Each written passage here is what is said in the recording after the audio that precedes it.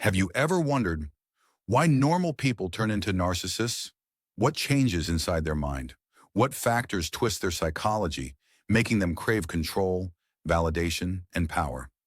Today we break down how a narcissist is born, what drives them, and how you can recognize one before they drain you dry. Part 1. The origin of a narcissist.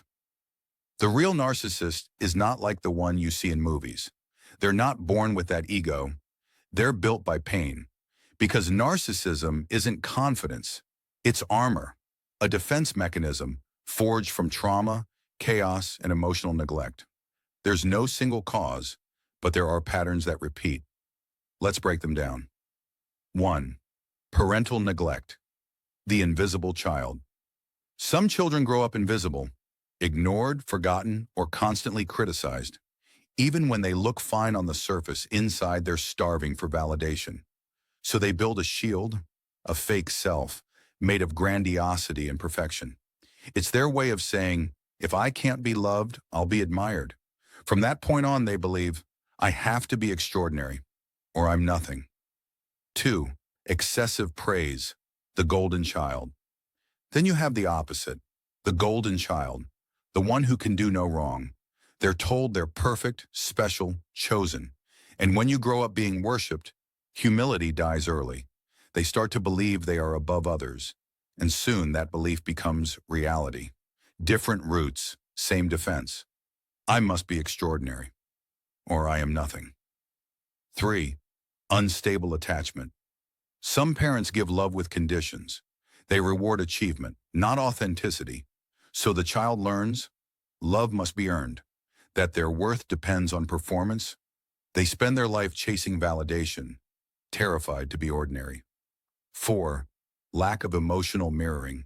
And then there's the child who learns emotions are dangerous. Maybe they trusted someone who betrayed them. Maybe every time they showed emotion, they were punished or mocked.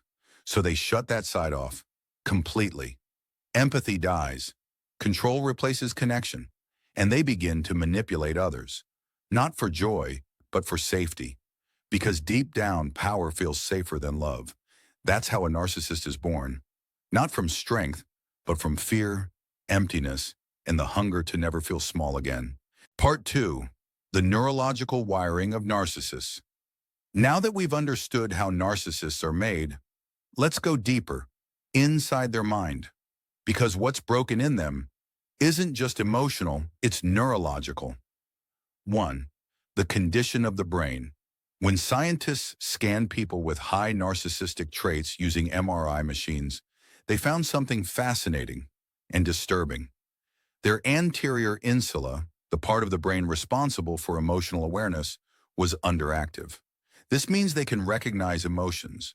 They can see someone as sad, but they don't feel it. They study emotion like data, not like experience. Empathy to them is an equation, not a connection. 2. The overactive amygdala. The amygdala is the brain's threat detector. It constantly scans for danger. But in narcissists, it's hyperactive. When you disagree with them, they don't hear a conversation. They hear humiliation. They see it as an attack. That's why their anger feels explosive and personal. Their brain literally interprets disagreement as danger. 3. Reduced gray matter. Specifically in areas tied to moral reasoning, impulse control, and long-term planning. This is why they chase instant validation. For them, everything must be now. Victory, attention, dominance, all short-term dopamine hits. There's no delayed gratification, no internal compass, just the constant need to feel superior. 4. The dopamine system. Unlike normal people who can create happiness from within, narcissists depend on external dopamine. They can't self-generate fulfillment. They need validation, admiration, or chaos. Anything that makes them feel alive. When that external source fades, they crash. They withdraw, discard, then idolize someone new, and the cycle begins again.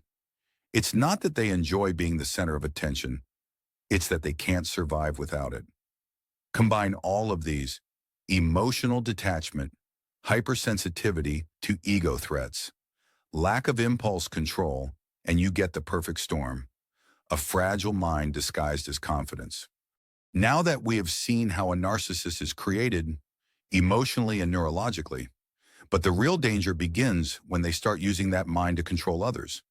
In the next part, we'll expose exactly how they do it and how you can take that power back. Subscribe and always stay aware.